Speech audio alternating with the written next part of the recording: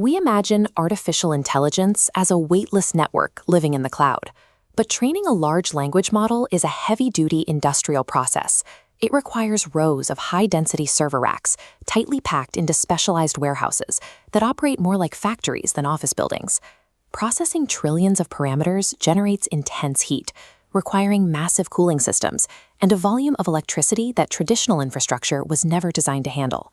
Currently, these facilities plug directly into the local power grid, drawing from a mixed pool of energy sources alongside homes and hospitals. This reliance on the standard grid creates immediate friction. It consumes vast amounts of land, increases carbon emissions, and drives up the operational costs of every calculation. Sustaining the current rate of AI development requires moving beyond simple grid expansion and into a new architecture for energy delivery. In the coastal city of Qingdao, the electricity equipment company T-Good recently unveiled a system designed to bypass these traditional grid constraints. It is the world's first prefabricated energy hub, built to serve as the dedicated power core for large-scale computing facilities. This comparison shows the transition. On the left, a standard data center pulls from a municipal grid.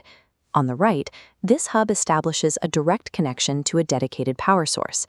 This isolated connection allows the facility to achieve 100% green electricity consumption. The hub acts as a bridge to China's expanding renewable energy capacity, ensuring massive computing loads don't compete with the public for local grid resources. Because the entire energy unit is prefabricated, data center power systems can be mass-produced as plug-and-play hardware, reducing the complexity of on-site construction. The physical hardware is governed by a unified smart system, coordinating power and processing in real time. The system scales computing tasks to match natural fluctuations in renewable energy. Running power and servers in sync reduces the required land footprints by over 30%. This combination of smaller land requirements and direct routing cuts overall costs by 20%. Aligning the grid's output with the server's workload provides a scalable model for the physical and financial demands of the AI industry. Several enterprise data centers have already begun connecting to these prefabricated hubs for active use.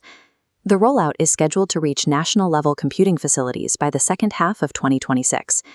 This deployment is a central component of a broader push to establish a nationwide 4-tier smart factory system. The model marks a shift away from isolated, high-cost data centers and toward integrated, renewable-powered infrastructure that can be deployed at scale. By removing traditional bottlenecks of grid congestion and high utility rates, this architecture is designed to drive down the baseline price of computing power itself.